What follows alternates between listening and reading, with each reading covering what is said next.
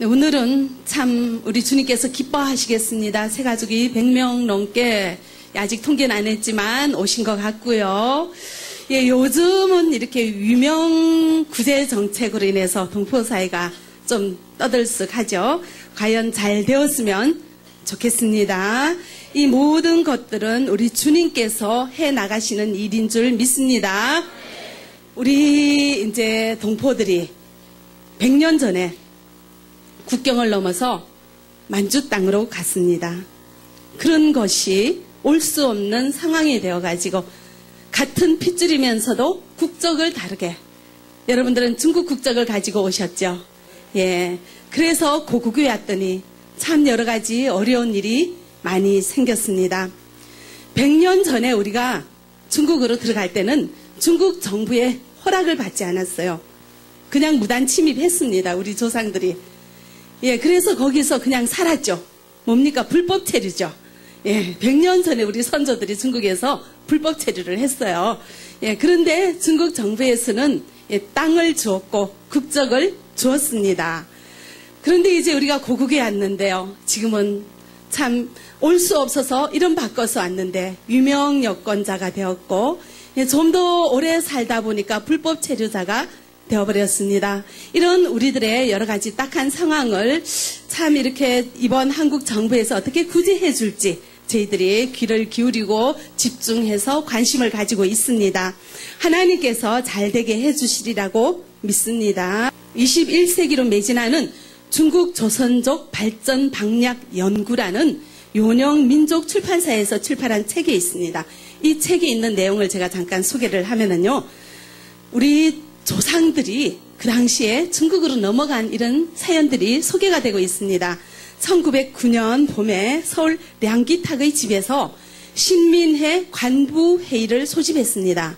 근데 이 신민회는 우리 그때 조선시대의 대표적인 독립단체죠. 그런데 이 신민회는 기독교 이념을 바탕으로 설립이 되었습니다. 그러니까는 예수를 신앙하는 사람들이 신민회를 조직하게 된 거죠. 예, 양기탁, 안창호, 이동희와 같은 독립투사들이 중심이 되는 대한민국 임시정부의 모체가 되는 그런 조직이 신민회였습니다. 근데 그 당시에 국내에서, 이 한반도에서는 독립운동을 하기가 어려워지니까 이런 거대한 독립단체 조직들이 만주 땅으로 이주하게 되었고, 그래서 거기 핵심 간부를 양성하기 위해서 군관 학교를 만주 땅에 세우는 등, 이렇게 만주 땅은 우리 선조들의 독립운동의 기지가 되어 왔다는 것을 이 책에서 얘기하고 있습니다.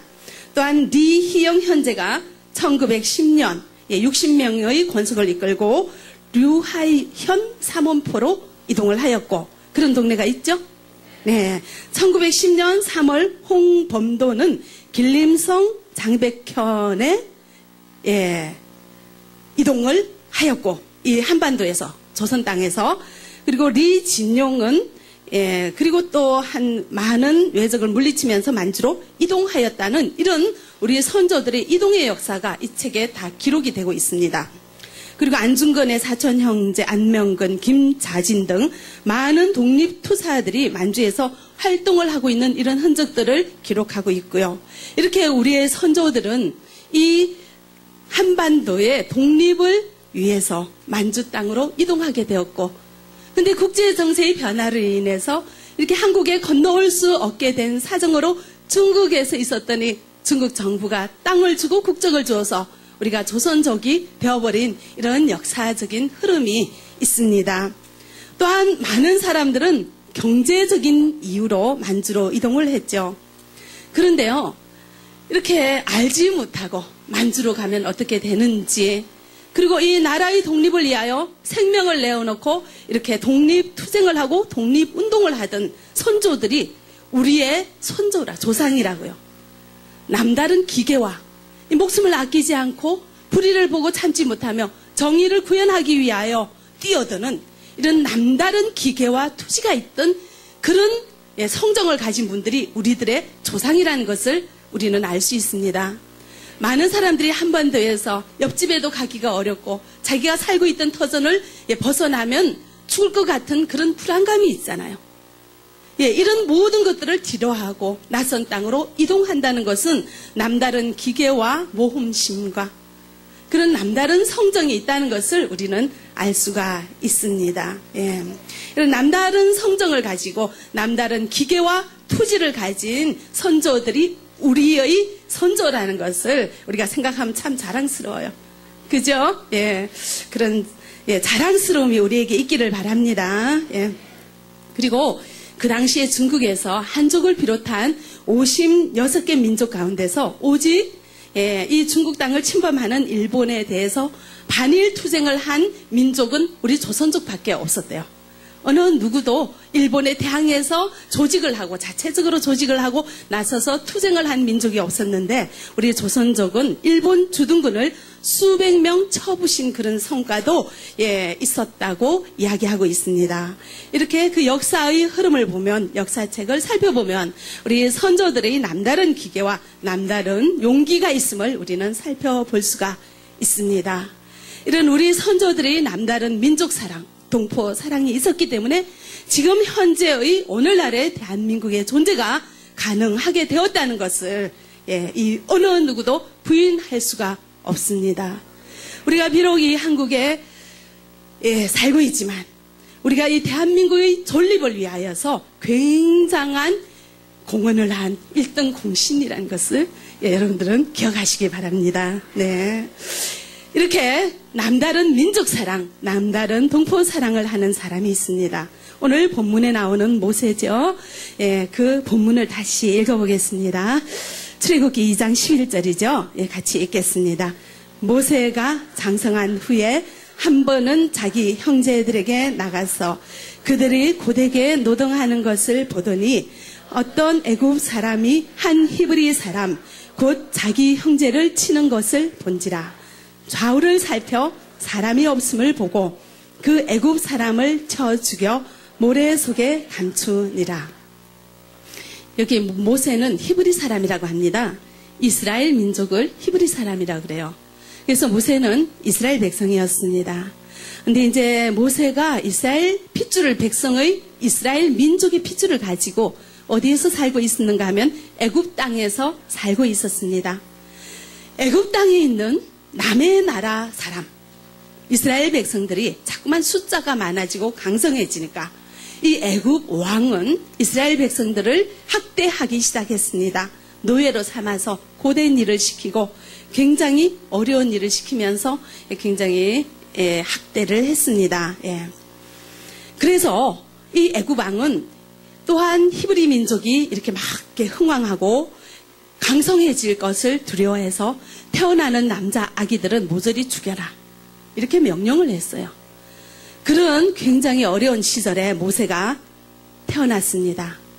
그런데 이 모세는 그 히브리 산파가 모세가 참 아름다운 아이라서 살렸어요. 죽이지 않고. 그러기 위해서 우여곡절 끝에 애굽 공주의 아들로 황실에서 자라게 되었고요. 또 모세를 직접 낳은 친엄마 생모가 그 황실의 유모로 들어가서 이 모세를 젖을 주고 키웠습니다. 유모는 모세에게 너는 애굽 사람이 아니라 히브리 사람이다. 이스라엘 백성이라는 것을 계속 주지시키면서 민족을 잊어버리지 않을 것을 당부를 했습니다. 그래서 본인은 애굽 왕실에서 살고 있지만 이스라엘 백성인 것을 잊지 않고 큰 모세가 장성하게 되었죠. 애굽의 왕자로. 황실에서 사니까 왕자잖아요. 그러면서 어느덧 청년이 되었습니다. 그런데 자기 백성이 히브리 사람인 것을 아는 모세가 자기 민족이 참 고된 노예로서 힘들게 살아간다는 것을 보니까 얼마나 마음이 아팠겠습니까? 그래서 우연히 길에서 히브리 자기 동족을 보았는데 이 동족이 애굽 사람에게 맞는 거예요. 얼마나 마음이 아프겠습니까? 이때 모세가 어떻게 합니까? 아까 본문에 보았죠? 자기 동족을 치는 애굽 사람을 혼을 내줬어요. 그냥 혼을 내준 것이 아니라 같이 그냥 한 대 쳐버려고 그 애굽 사람을 어째요? 죽여버렸습니다. 그리고는 그 흔적을 치웠죠. 없애버렸습니다. 얼마나 혈기왕성한 왕자입니까? 그 황실에서 최고의 교육을 받고 또 무술 연마를 받잖아요. 그 최고의 힘과 최고의 기계를 자랑하는 애굽 왕자가 이 애굽 사람 하나 그냥 쳐버려서 죽여버렸다고요.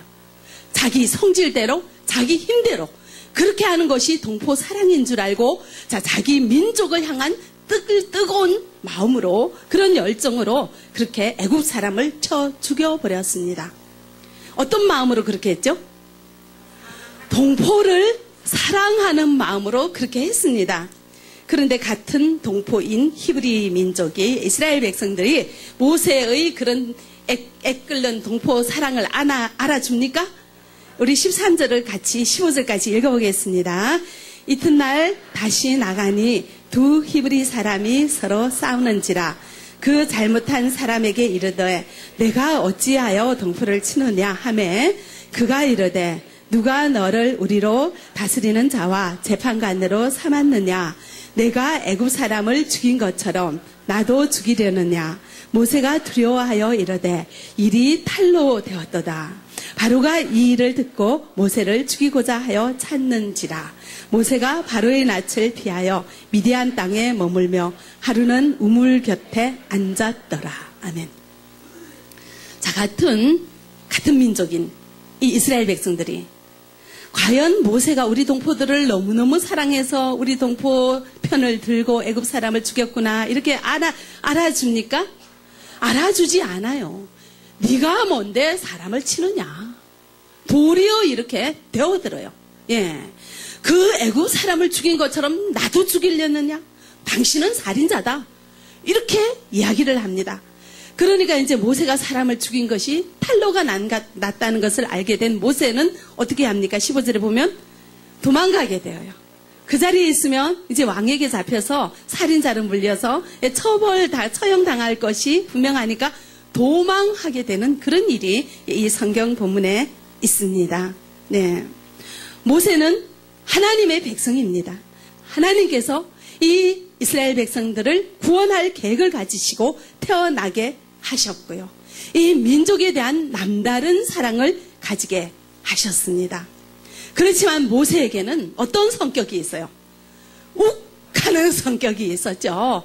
불의를 보고 참지 못하는 욱하는 성격이 있어가지고 자기 민족을 괴롭히는 그 사람을 그냥 약간 다스린다는 것이 그냥 죽여버리게 되었습니다. 예. 이런 욱하는 성격이 있지만 하나님께서는 이런 모세를 이스라엘 지도자로 이미 계획하시고 태어나게 하셨습니다. 자, 여러분들이 태어날 곳을 선택하고 태어났습니까? 태어났더니 중국이죠. 네. 우리가 태어날 시기를 여러분들이 결정하셨습니까? 결정 안 했죠. 태어날 장소를 결정하지 않았고 태어날 시대를 우리가 결정하지 않았습니다. 지금 여러분들의 모습을 나는 이렇게 키가 아담하고 이렇게 눈이 동그랗고 목이 길고 요런 모습으로 태어나고 싶어요 하고 선택했습니까? 여러분들의 모습을 지금 여러분들 선택했습니까? 아니죠. 태어나고 봤더니 키가 커요. 태어나고 봤더니 키가 아담해요.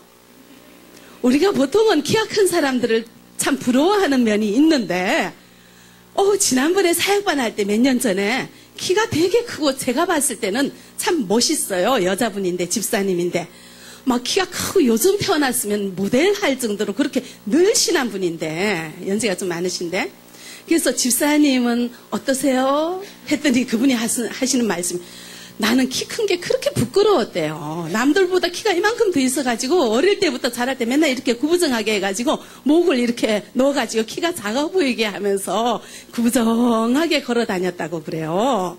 키가 큰 게 그렇게 부끄러웠대요. 내 모습이 내가 마음에 안 든대요. 내가 다시 태어나면 좀 자그마하게 태어나고 싶다고 그렇게 말씀하시는 것을 봤습니다. 키가 큰 것도 키가 작은 것도 내가 선택한 모습이 아닙니다. 우리 지금의 모습으로 태어나게 하신 분이 누구십니까? 하나님이신 것을 믿으시기 바랍니다. 자, 시편 139편 13절 14절 읽어보겠습니다. 주께서 내 내장을 지으시며 나의 모태에서 나를 만드셨나이다. 내가 주께 감사하옴은 나를 지으심이 신이 기묘하심이라. 주께서 하시는 일이 기이함을 내 영혼이 잘 아나이다. 아멘. 이렇게 우리가 지금의 모습으로 이렇게 된 것은 어디에서 하나님이 우리를 이렇게 만드셨다고 합니까? 모태는 엄마 뱃속이죠. 엄마 뱃속에서부터 이미 하나님은 우리가 이런 모습으로 태어날 것을 결정하시고 만들어 놓으셨다는 거예요. 지금 우리의 모습으로 태어나게 하신 분 누구십니까? 하나님이시란 것을 지금 이 성경은 말하고 있습니다. 예. 자, 모세가 태어날 당시에 많은 이스라엘 백성, 남자 아이들은 다 살 수가 없었어요. 다 죽어야 되는 거예요. 태어나자마자. 근데 모세가 저는 살겠습니다 하고 그 사는 걸 본인이 선택했어요? 선택하지 않았어요. 그런데 살게 됐어요. 생명이 유지하게 되었다고요. 그 갓난아기가 내가 애국 공주의 아들로 살겠습니다 하고 본인이 선택했어요? 갓난아기에게 무슨 선택권이 있습니까? 그냥 흘러갔더니 애국 공주의 아들로 애국의 왕실에서 그렇게 사는 신세가 되게 되었습니다. 모세가 선택했습니까? 선택하지 않았습니다. 자, 그것을 선택하신 분 누구십니까? 하나님이. 그 많은 남자아이들은 다 살 수가 없는 그런 상황에서 모세는 살려주셨고, 모세를 애국 공주의 아들로 보내신 분이 누구십니까? 하나님이세요. 왜냐하면 이 모세를 이스라엘 백성의 지도자로 세울 목적과 계획 가운데 세워주셨고, 그리고 모세를 낳은 어머니가 모세의 유모가 돼서 왕실에서 모세를 키울 수 있도록 그 모든 인연을 만들어 가신 분은 하나님이시란 것을 여러분들은 기억하시기 바랍니다. 이 세상의 모든 일은 하나님의 손에 있습니다. 여러분들이 지금 태어나고 중국에서 태어나고 조선족으로 태어나고 지금의 모습을 가지고 태어나게 하신 분은 누구십니까? 하나님이 결정하셨다는 것을 기억하시기 바랍니다. 저도 보면은 제 자신을 보면 제 자신이 참 특이하다 하는 생각을 해요. 제가 이제 좀 성격이나 개성이 좀 특이해요. 겉으로 이제 오늘 새신자들 많으신데 처음 오신 분들은 이제 여자 목사네 하면서 또 가까이 보면 그래요. 되게 얌전해 보인다고 이제 이렇게 말씀들은 하시는데 저도 저 자신을 모르겠어요. 어떤 분은 그래요. 저보고 참 천성 여자다 그러시거든요. 그런 여자다운 그런 이제 섬세하고 부드러운 성정도 있는데 반대의 성격도 되게 많이 있어요. 근데 그거는 평소에 나타내지 않죠. 근데 무슨 일을 하거나 뭘 하거나 하면은 그 굉장히 특이한 성정이 좀 이렇게 많이 나타나는 것을 볼 수가 있어요. 저는 보통 여자분들이 좋아하는 거를 저는 좋아하지 않아요. 근데 보통 여자분들이 관심 없는 데는 저는 엄청 관심이 많아요. 저도 제 자신을 모르겠어요. 저는 어릴 때부터 딸이 많은 집안에서 자랐고 고등학교도 여학생들만 다니는 고등학교를 다녔고 가장 여성스러운 그런 환경에서 교육을 받고 자라서 제가 그런 현모양처 우리 조선시대의 굉장히 신사임당 같은 그런 이제 많은 조선 양반이 좋아하는 그런 교육을 받고 자라서 제가 그런 줄 알았는데 살다 보니까 완전 정반대인 거예요. 겉으로 보기 다르고 속이 달라요. 그래서 이제 우리 장로님은 그래요. 저를 옆에서 보면서 야 무슨 에너지, 열정이죠. 지칠 줄 모른다고 그래요. 그런 열정이 많아가지고 지금 제가 만약에 집에서 가사 살림만 했으면 본인하고 애들은 볶여서 못 살았다는 거예요. 두 사람들을 우리 가족들을 향해서 사역을 했으면 완전 그 가족은 볶여서 못 살았다고 이렇게 밖으로 나와주는 게 가정의 행복과 평화를 위해서 얼마나 다행인지 모른다고. 이 열정을 가지고 그 몇 사람들 놓고 이래라 저래라 이러자 저러자 하면은 어떻게 살겠냐고 그러면서 참 대단한 에너지를 가졌다고 또 이제 그렇게 얘기를 합니다. 제가 이런 성정을 가지고 이런 열정을 가지고 이런 모습으로 태어난 거 제가 결정했습니까? 제가 지금 동포사역을 하는 것도 제가 알았습니까? 어릴 때? 알지도 못했어요. 자, 이런 모습으로 태어나게 하시고 여기까지 이끌어 오신 분이 누구십니까? 하나님이시라는 것을 여러분들 기억하시기 바랍니다. 네. 우리 동포들도요, 불의를 못 참는 성격이 있죠. 예. 그리고 어려움을 개의치 않아요. 모험심이 대단하죠. 100년 전에 남들 자기 집 못 떠나고 집 한 칸 지키고 사는데 집 후를 털어버리고 만주 땅으로 어디로 다 그냥 이렇게 이주를 하는 그런 성정이 있고, 여러분들은 중국에서 살면서도 보세요. 러시아 가고 일본 가고 한국 가고 오늘은 러시아. 나는 어떤 집사님들 러시아에서 10년 살았다 이 얘기하면은요 너무너무 존경스러워요. 어쩜 그 러시아의 말이 통해서 별로 말도 안 통했대요. 그런데 그 러시아에 가서 그렇게 살고 장사하고 북한에 가서 장사하고 이제 한국까지 오시고, 이 모험심과 용기와 기계와 투지는 세상에서 최고인 것 같아요. 예. 이런 대단한 성정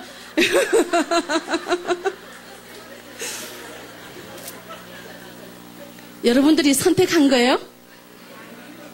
태어났더니 이런 모습이죠. 이런 모습을 주신 분 누구십니까? 하나님이 아까 시편 139편에 어디에서 창조하셨다고요? 어머니 뱃속에서부터 이렇게 여러분들을 만들어 주셨습니다. 예. 자, 그런데요, 100년 전에, 자, 이런 대단한 기계를 가지고 만주 땅으로 이주한 우리 선조들이 신앙이 어땠을까요? 예. 그 책에 보시면은 조선족의 이주와 떨어질 수 없는 관계를 갖고 있는 것이 종교라고 이야기합니다.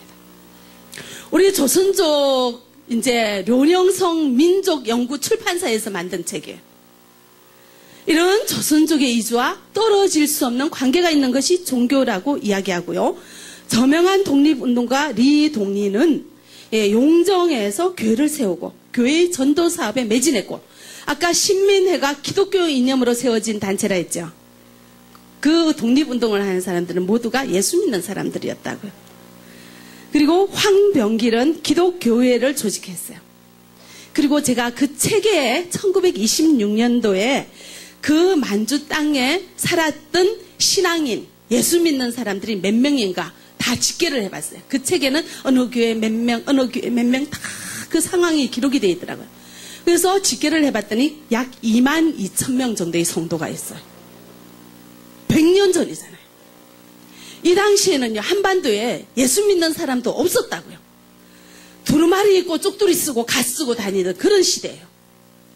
그런 시대에 이 만주 땅에는 우리 독립운동을 하러 떠난 우리의 선조들이 그곳에서 교회를 짓고 뭘 하고 그래서 예수 믿는 사람들의 숫자가 2만 명이 넘었어요. 이 한반도보다도 더 복음이 흥황한 곳이 만주 땅이었다는 것을 알 수가 있습니다. 그러므로 그러니까 중국의 복음화와 한반도의 복음화에 제일 먼저 앞장섰던 것이 우리들의 선조라는 것을 알 수가 있습니다.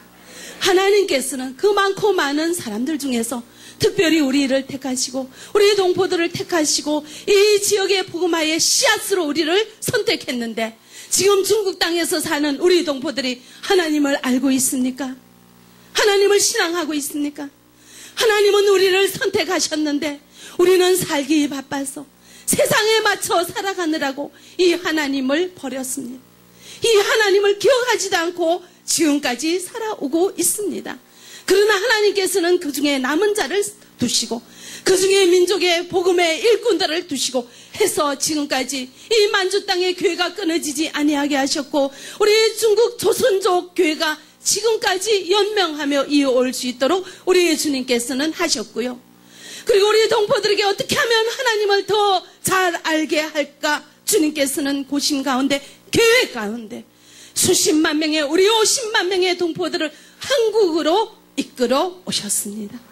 한국에는 밤이 되면 곳곳에 십자가가 늘려 있는 곳이요, 전 세계적으로 선교사를 두 번째로 파송하는 이 기독교가 흥황한 나라가 되었죠. 그 사이에 우리는 예수님 모른다 세상에 안주해서 살았는데, 이 교회가 얼마 많지 않는 한반도에는, 특별히 북한이 아니고 남한 땅에는 밤마다 십자가 내온 사인이 번쩍거리는 그런 나라로 변화되었고, 그 100년 사이에 이렇게 잘 사는 나라로 변화되어 있었던 것입니다. 북한은 십자가라고는 구경할 수 없, 얼마나 못 삽니까? 전 세계적으로 보면 십자가 많은 나라가 경제가 발달해 있는 것을 우리가 알 수가 있습니다. 우리 동포들은 하나님께서 대단한 용기와 기계와 투지를 주셨는데 하나님을 버리고 하나님을 잊어버리고 내 마음대로 내 성질대로 그 귀한 성정이 이제는 불같은 성격으로 욱하는 성격으로 변해버렸어요.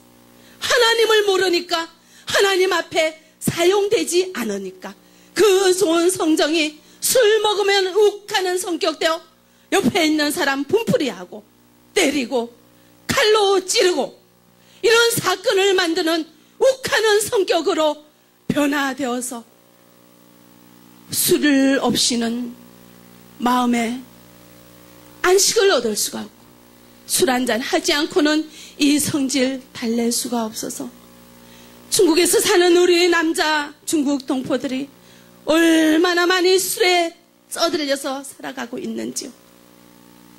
한족은 그렇게 알코올 중독이 없대요. 우리 동포들은 알코올 중독 참 많아요. 지금은 안 그러신데 지금 우리 직분자들은 안 그렇죠. 근데 제가 몇 년 전에 우리 직분자들 보시면은요, 저는 이렇게 예민해서 보면 알아요. 토요일 날 남자분들 술 몇 잔 하셨는지 보면 알거든요. 예. 그런데요, 직분자 회의한다고 오면은 손이 이렇게 막 떨려요. 왜 손이 떨리는지 아세요? 알코올 중독인 분들은 한순간도 술이 안 들어가면은 금단 현상이 나타나서 손이 떨려요. 근데 아침에, 매일 아침에 한잔하고 일하러 가고, 저녁에 잘 때도 한잔하고, 하루에 날마다 술 한 잔씩 먹어야 되는 건 알코올 중독이에요. 근데 아침에 술 한 잔 먹고 올래니까 목사님 눈이 무서워서 그냥 오니까 이 손이 어때요? 술 달라 하고 손이 떨리는 거죠.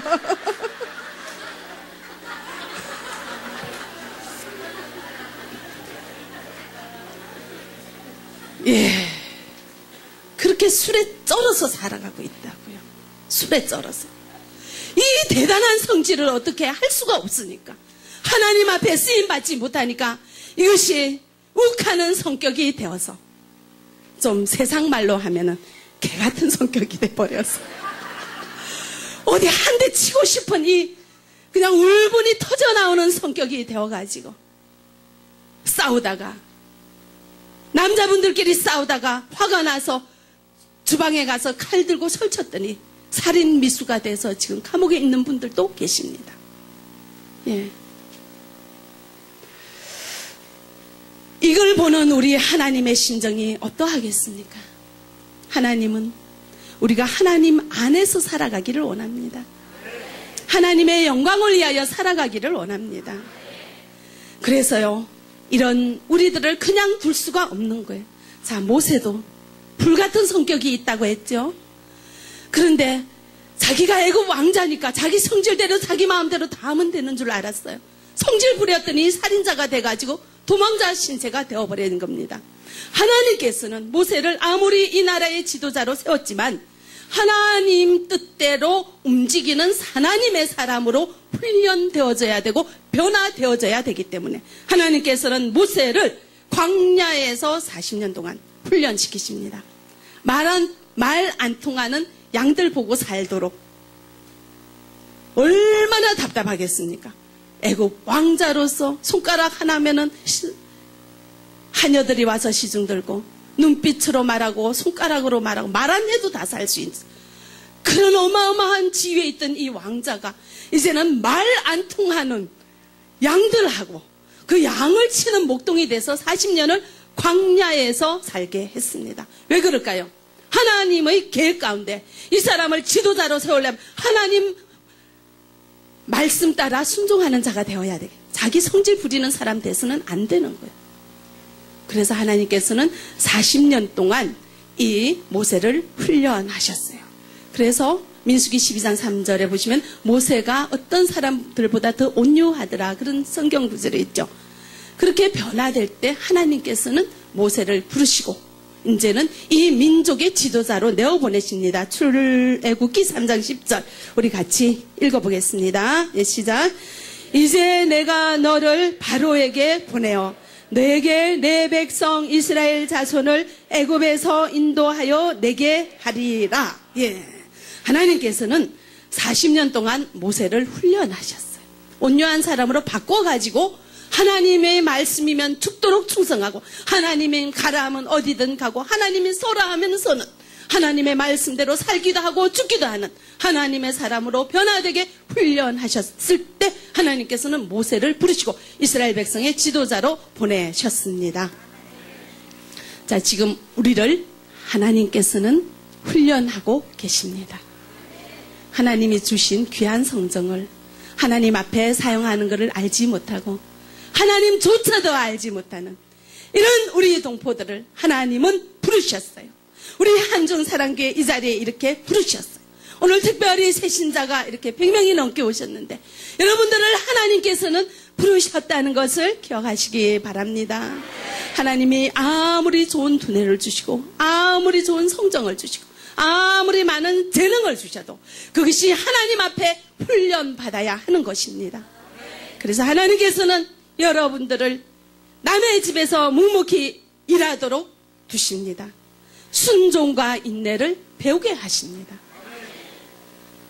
도리에 안 맞아도 참고 이해해주는 아량을 배우게 하십니다. 하나님 말씀이기에 억울해도 참고 하나님 말씀이기에 미워도 사랑하는 사랑을 배우게 하기 위하여 지금의 여러분들의 삶의 일터에 현장에 여러분들을 두십니다.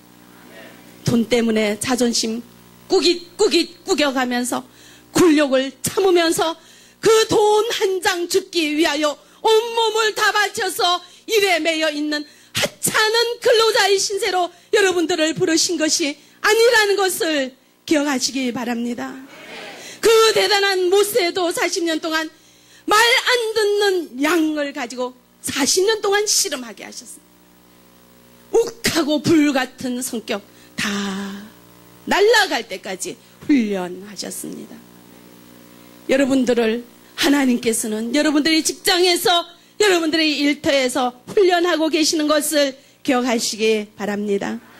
그냥 돈만 벌기 위해서 남의 밑에 엎드려서 참느라고 심장이 터지고 골이 빠개지고 혈압이 올라가며 자존심 구겨가며 굴욕을 삼키면서 여러분들 살도록 그냥 두지 않으셨다는 것을 기억하시기 바랍니다.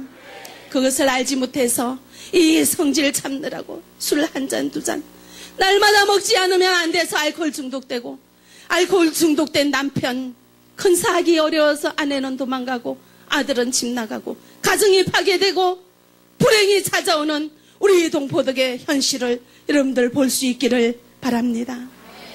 주님을 모르고 살아가는 주님께서는 우리를 사랑하셨는데 주님께서는 우리를 부르셨는데 이런 하나님의 사랑을 알지 못하고 방방곡곡해서 남의 밑에서 일만 하는 처량한 신세가 되어 살고 있는 우리 많은 동포들을 여러분들은 바라볼 수 있기를 바랍니다. 내 인생의 시작과 끝은 내 손으로 할 수가 없습니다. 지금의 내 모습 내가 선택한 것 아닙니다. 누가 하셨습니까? 하나님이 하셨습니다. 하나님이 우리 인생의 주인 된다는 것을 여러분들 기억하시기 바랍니다. 우리를 이런 모습으로 지으신 하나님께서는 오늘도 우리를 사용하기를 원하십니다. 하나님 나라를 건설하기 위하여 사용하기를 원하십니다.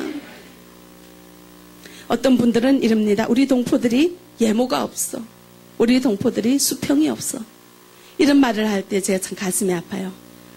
우리 동포가 형편없다는 거잖아요. 자기 자신을 형편없다고 스스로 얘기하면 누가 우리를 귀하게 생각합니까?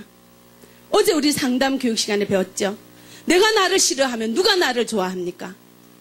우리 스스로 우리의 생각을 바꾸시기 바랍니다. 우리는 대단한 성정을 가지고 대단한 용기와 대단한 기계와 대단한 토지를 가진 이 세상에서 둘도 없는 뛰어난 민족이라는 것을 여러분들 기억하시기 바랍니다. 근데 왜 이렇게 어렵게 살고 있습니까? 하나님 손 밖에 있기 때문에 그렇다는 것을 여러분들 기억하시기 바랍니다. 이제 우리는 먼저 믿은 자 되었습니다. 우리는 나아가야 되겠습니다. 우리 동포들에게로 나아가야 되겠습니다. 많은 동포들을 주님께로 이끌어 오시기 바랍니다. 우리 주님 가라 하시는 곳이면 여러분들 어디든지 가시기 바랍니다. 돈 버는 데는 목숨 내놓고 우리 주님 앞에서는 뒤로 빼지 마시고 이제는 그 어떤 것보다 우리 주님 전하는 하나님 나라, 하나님의 자녀와 하나님의 제자로 열심히 살아가는 여러분들 되어지기를 바랍니다. 지금 위명 여권 구제 정책으로 인해서 이 세상이 여러분들을 너무나 많이 유혹합니다. 돈 주면 해준다고 몇십만 원 내라, 몇백만 원 내라. 여러분들을 동포들을 사기치고 동포들을 우려먹는 악한 존재가 많이 있습니다. 그런들이 게임에 속아 넘어가지 않도록 또 여러분들 동포를 교회로 부르시기 바랍니다.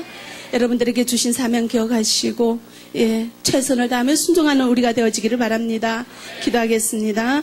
사랑의 하나님 감사합니다. 저희를 지금의 이 모습으로 지으신 주님의 목적은 오직 주님의 영광을 위하여 주님의 나라를 위하여 우리를 지으셨는데 하나님을 알지 못하고 세상에서 방황하는 우리 너무나 많은 동포들이 있습니다. 그들에게 가서 우리의 하나님을 증거하는 우리가 되어지게 역사하여 주시옵소서. 우리의 대단한 재능과 성정과 우리의 모든 것들이 주님 안에서 주님 앞에 훈련받아야 사용되어지니 우리 주님 안에 들어오는 모든 동포가 되어지도록 우리가 나아가서 동포들에게 복음을 증거하는 우리들의 삶이 되어지게 역사하여 주시옵소서.